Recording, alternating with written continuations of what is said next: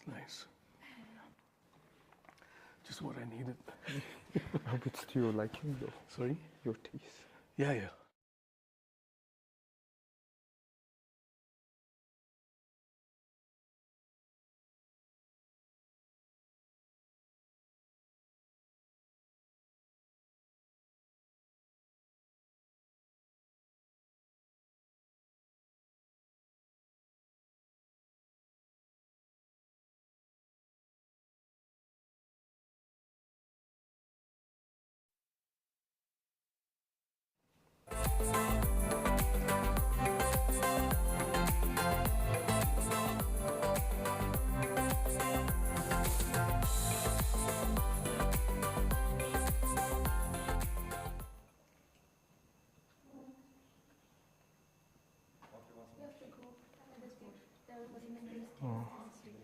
Are we doing a dry run or like live? So I can have another sip of my tea. Sure. So it's all yours.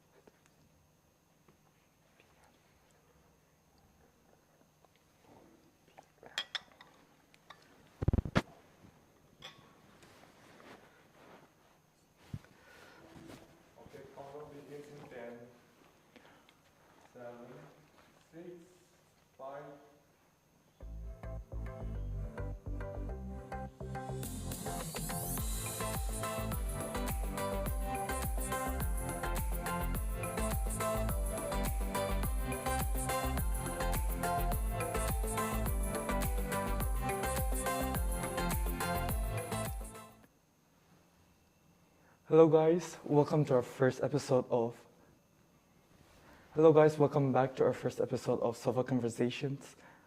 And to kickstart our first conversation, we have Mr. Rudy Wahlang hailing from the hills of Meghalaya. Thank you. Thank you. So Rudy, thank you so much for accepting us, our invitation to come here.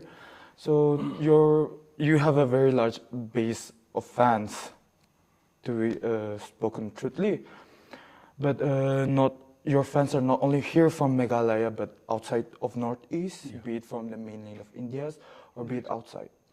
So, but there are some people who are new to blues or maybe generic musics. So can you please give us short, like introduction about yourself and your work, your music to our audience? All right. So, I'm Rudy.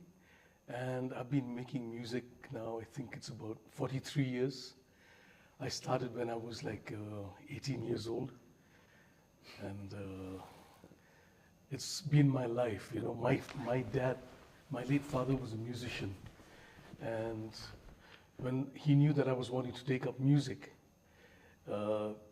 he objected.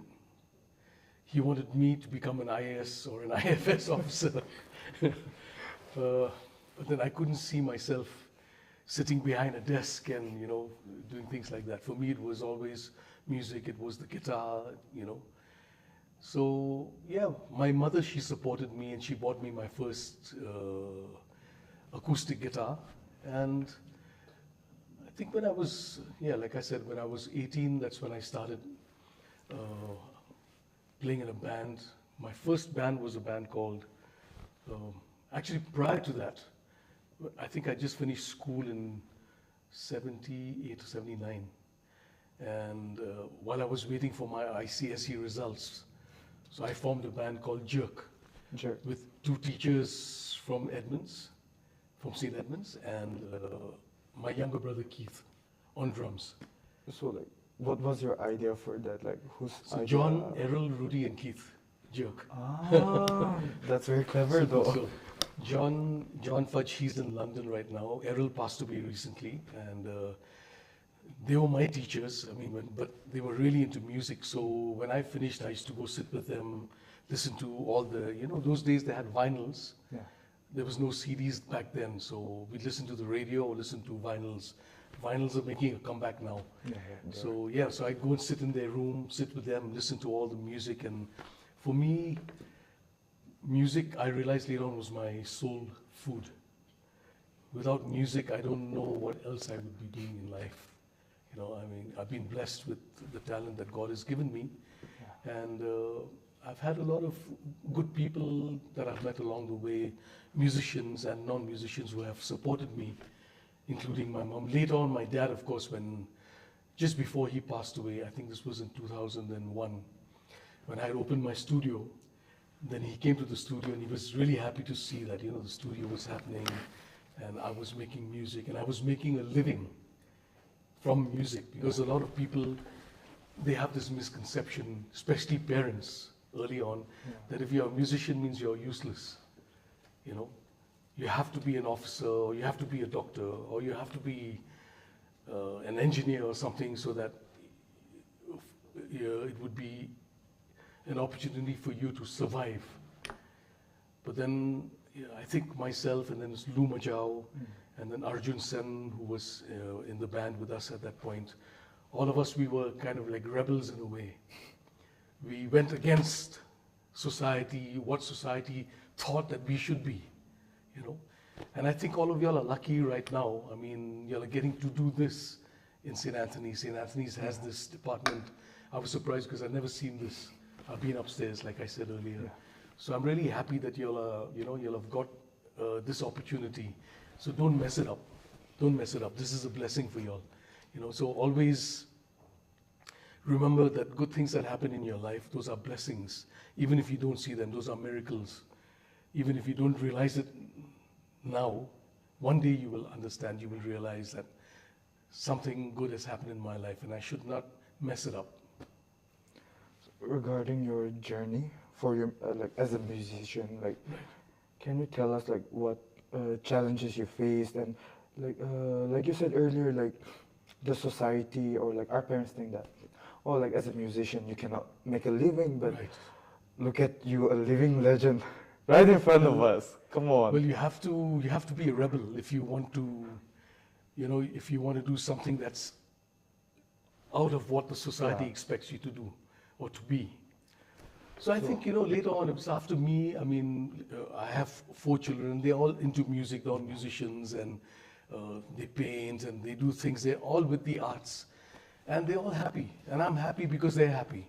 You know, it's not that we are millionaires or anything like that. You know, I may be famous, but then it doesn't mean just because I'm famous that I'm a rich person or something. But I'm rich in the blessings that I have, in the talent that I have. You know. For me, that is very, very important. And my children, I've never ever stopped them from pursuing their dreams, no matter what.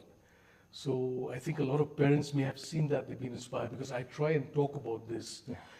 Because in the end, society, what is society? It's, you have certain people, I won't name names, or I won't name their organizations, but they think that only if you do this, you'll be a good person.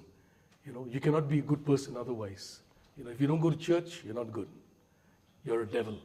You know, but I see that as wrong. We are all human beings, you know. And I believe that children, when from the time they are small, they're already blessed, they're already gifted.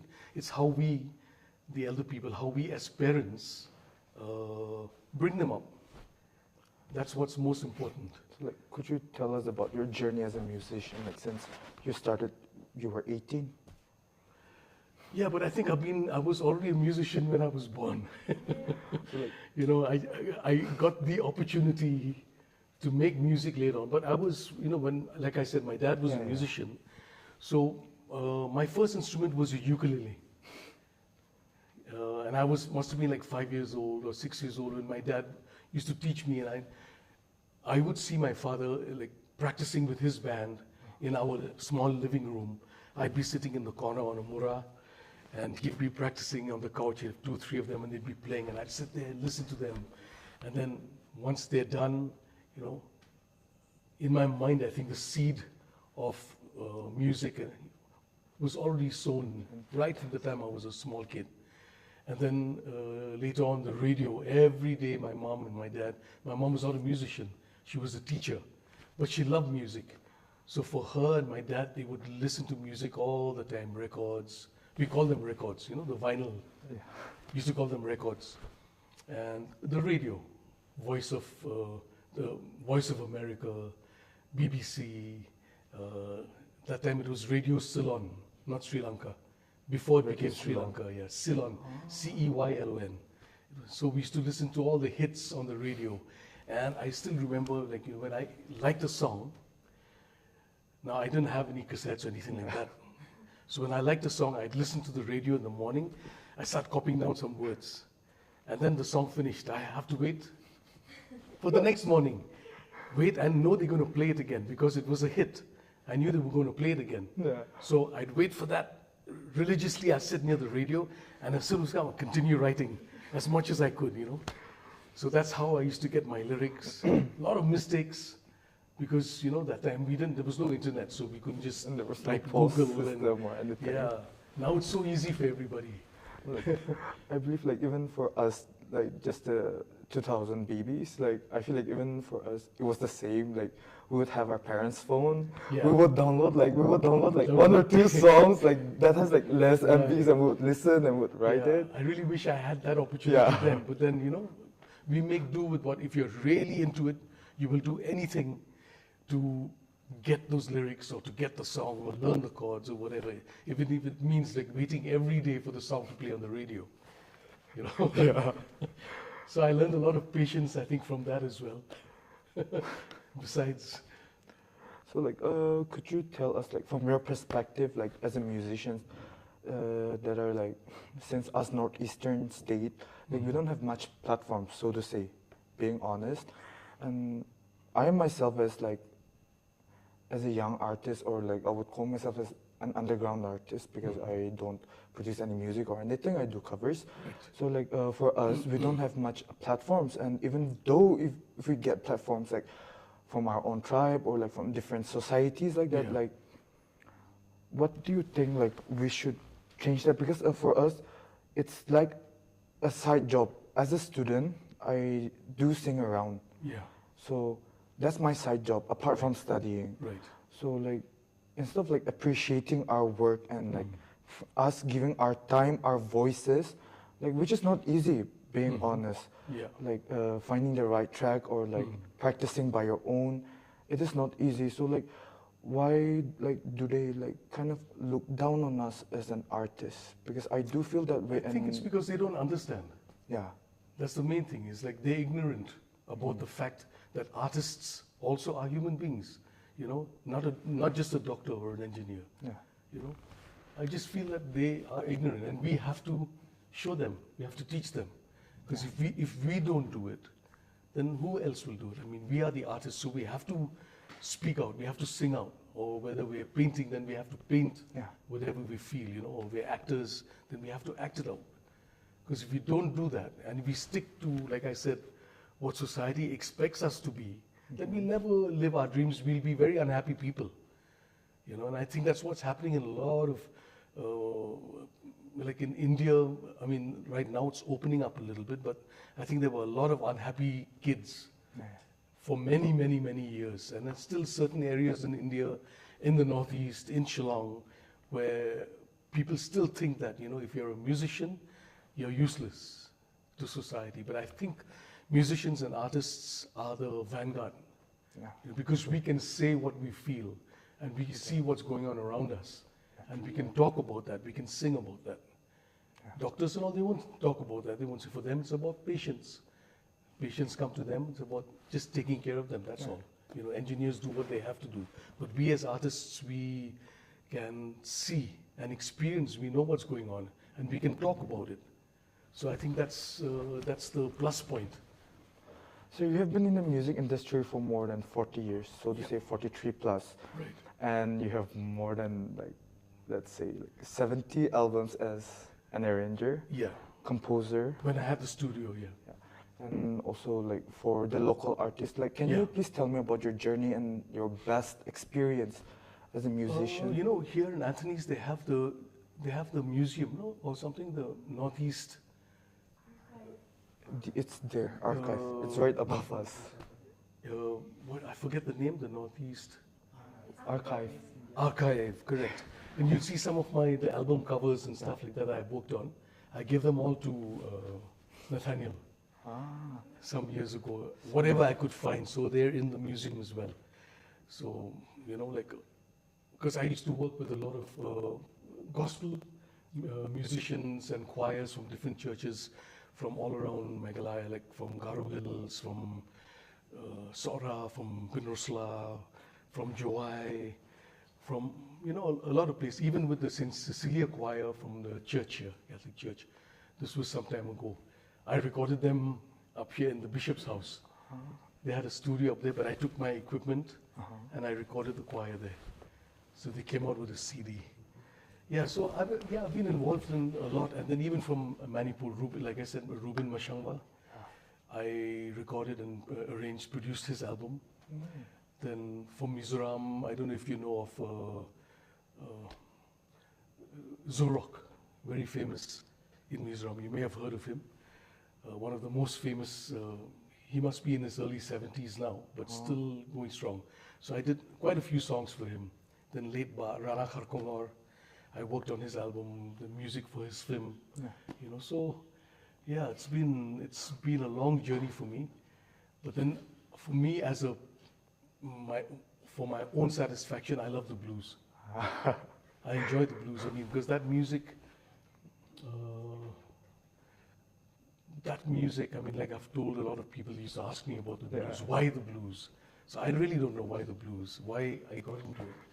I may have been a black man maybe back in my previous life. I mean, we never know. I never know. We can never tell.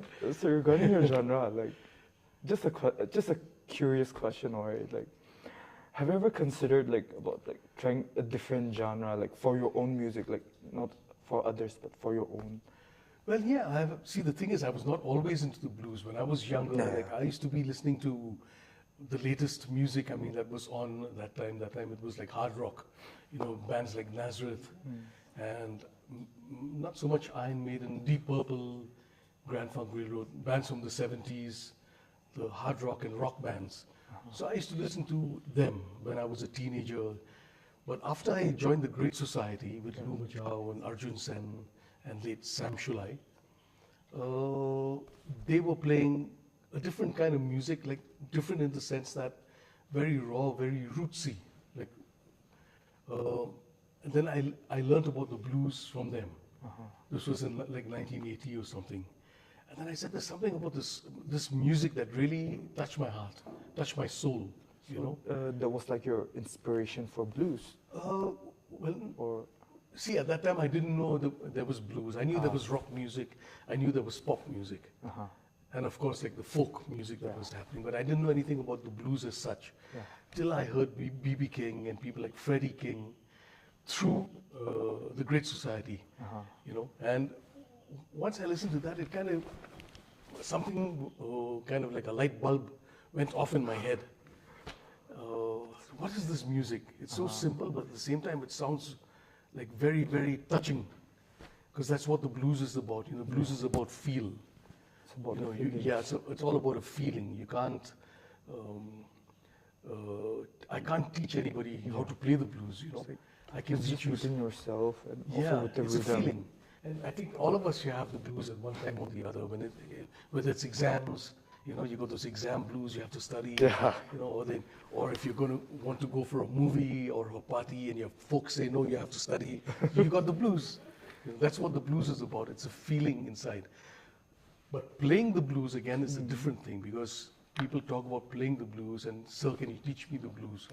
You know, I can teach you chords, I can teach you a few lines to play, but I can't really teach you how to play the blues, because it's got to come from inside of you. It's not something, I cannot teach you how to feel. You know, I mean, I cannot teach you how to feel. That feeling has to come from inside of you. So there are not many people that in India that really play the blues. There are a lot of them that play blues songs. You can play blues songs, but not the blues. Yeah, but actually playing the blues, when you play the blues, it's like bearing your soul. It's like becoming naked, emotionally naked, where you don't feel bad, you don't feel shy, you just sing. You sing it out with your heart and your soul. And then you touch.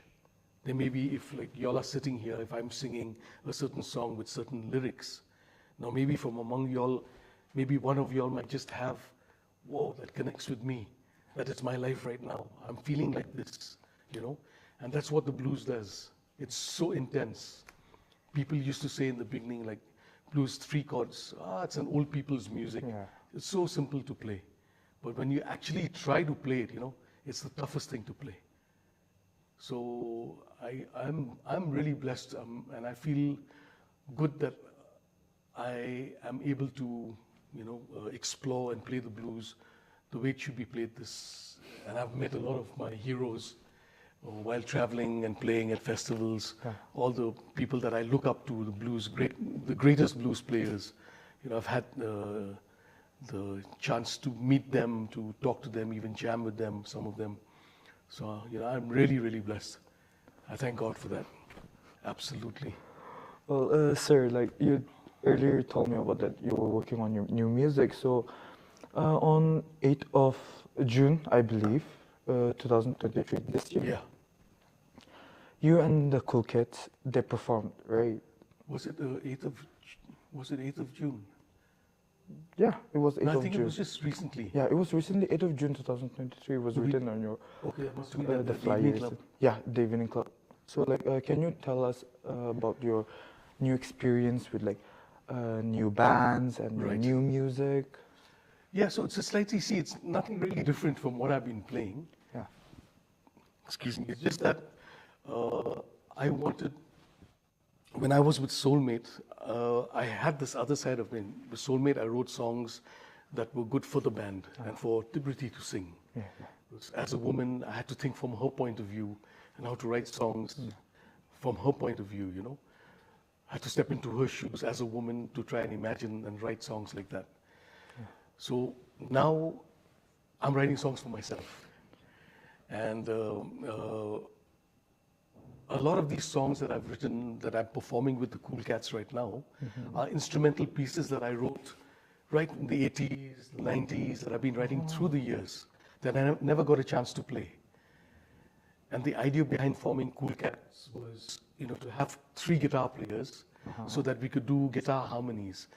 Like you have a vocal group, Yeah. say like the Voices, the famous Voices from Shillong, or, you know, Backstreet Boys, or, you know, those guys. And they all sing in harmony. So I was thinking, why not do that with guitars instead, like 3 guitars, and have the harmonies happening. Not that it hasn't been done, it's been done. But it's just that I don't think it's really been taken seriously this side, Yeah. you know. And I mean, I don't think there's anything left in this world that hasn't been done musically. Everything's been tried. So for me, it's just that it's my music, and nobody's done my music. So, you know, I can say that. So it's I like have basically from your vault. Yeah, I have that. I have that space for myself, you know. That's actually. Yeah, and then the boys, I mean, Greg and Shepard are playing guitar. They're all young guys, and they're good musicians. And we are on the same wavelength. I may be much older than them, but we are on the same wavelength musically. We can talk and chat and discuss music and discuss playing, you know. Yeah. And that I find that's very interesting for me as a musician. Besides just, we play the blues as well.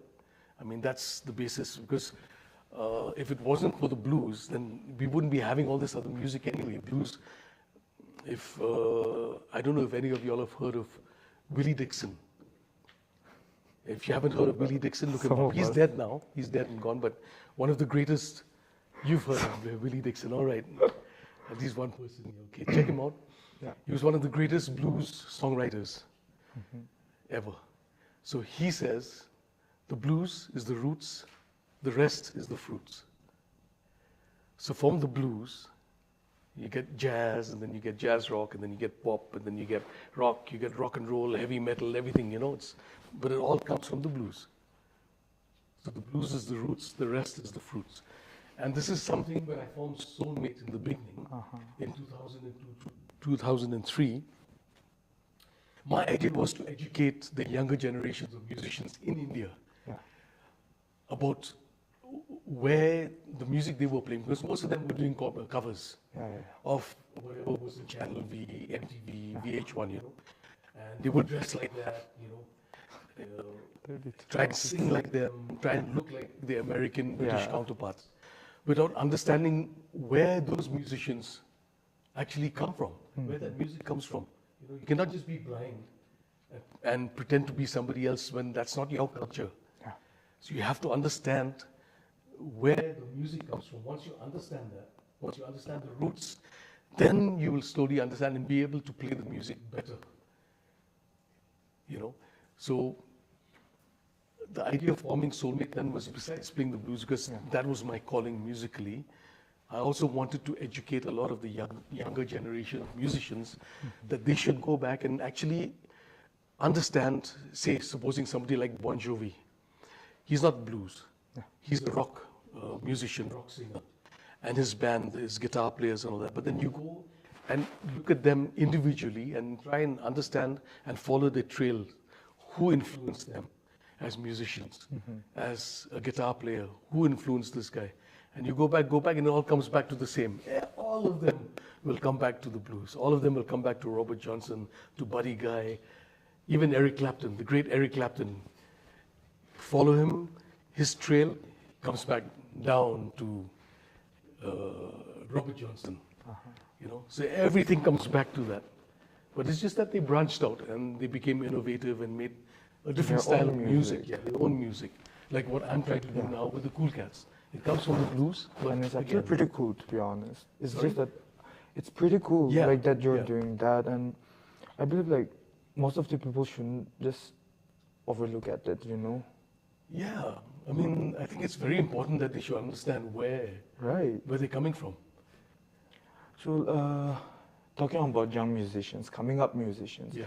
So, what would be your advice to them?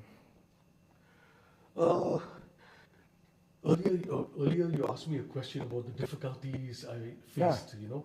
So just to go back to that, I mean, when I was younger, when I first started off making music, nowadays, look at the equipment you have right now. Yeah. I mean, say in the 80s, none of the students, even if they wanted to study videography or audio engineering or whatever, they didn't have the opportunity because that time it wasn't available there. Now it's available. Now you'll have this fantastic setup over here. Like you have the space, you have the rooms. So with us as musicians also, we didn't have really good guitars. Our guitars were made in Guwahati. Or they were made, you had a Fender, F-E-N-D-A-R, Fender, or you had a Gibson, all these Calcutta, copycats guitars. But then we had no choice, because that was all the equipment that we had then. Our huge amplifiers, big, heavy amplifiers that we had to carry to every show. So those days, I'll just give you a short example. Great Society, when we used to travel, we travel in an ambassador car. If you remember the ambassador car, okay? Those were like tanks, heavy cars, but very sturdy. So the ambassador had a carrier on top. So we would put all our, we made our speakers and everything in such a way that they would fit on top of the carrier, the size of the speakers. And we didn't have a PA system. Now you go to any concert, the PA system is already there. The sound system is already there. Amplifier is already there. You know, everything is already there on stage. The musicians just have to go, plug in and play. Yeah. Those days, no chance. We would have to carry our own equipment wherever we went, all over the Northeast, in that one ambassador car. So we would, in the back seat, we would put amplifiers on the floor, guitars behind us, and we'd be sitting like this and traveling. And then in the front, one amplifier, on top, drum set, speakers, everything. So we'll go for a show. Say, for example, we have a Fate in July. So we go, get there 1 hour before the show, unload everything, the band. We didn't have any helpers, nothing.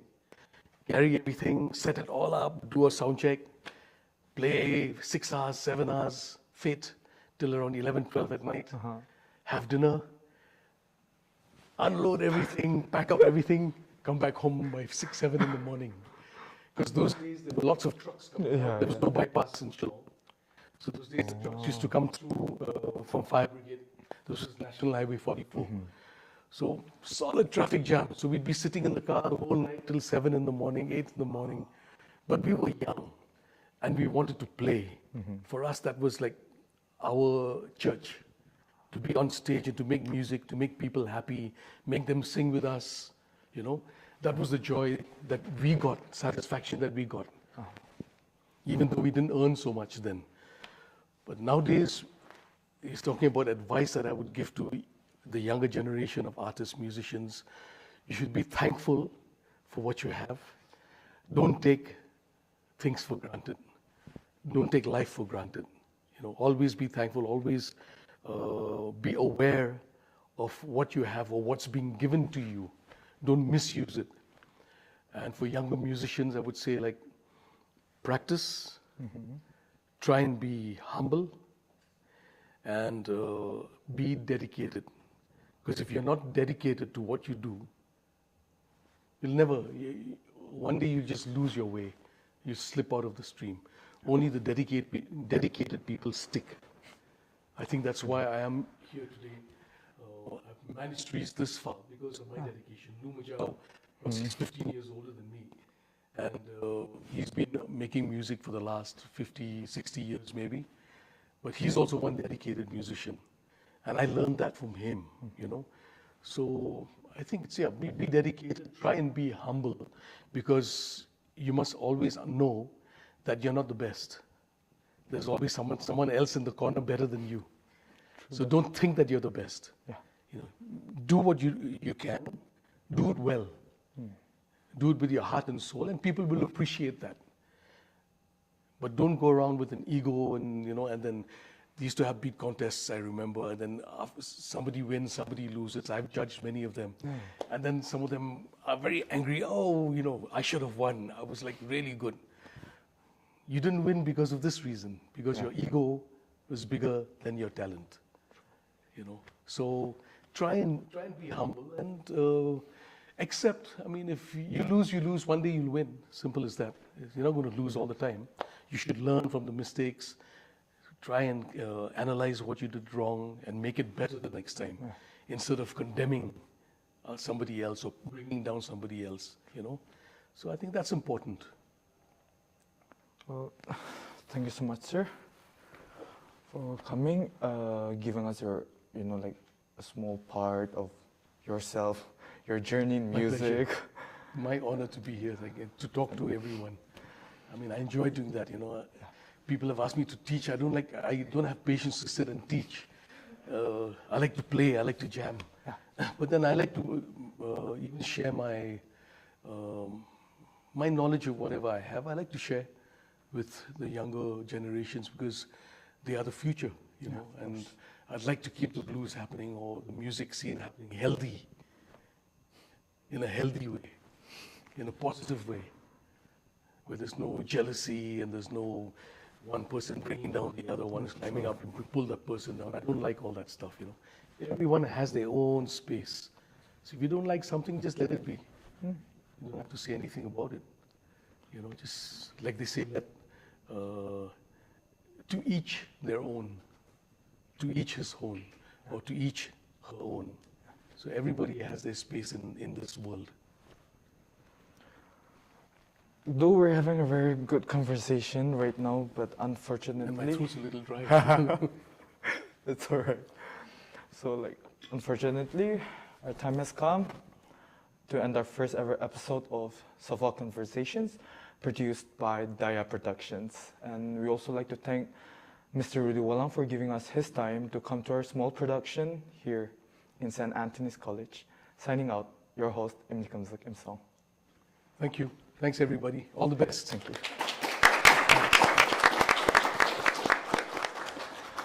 Thank you so much. It was so great. My pleasure.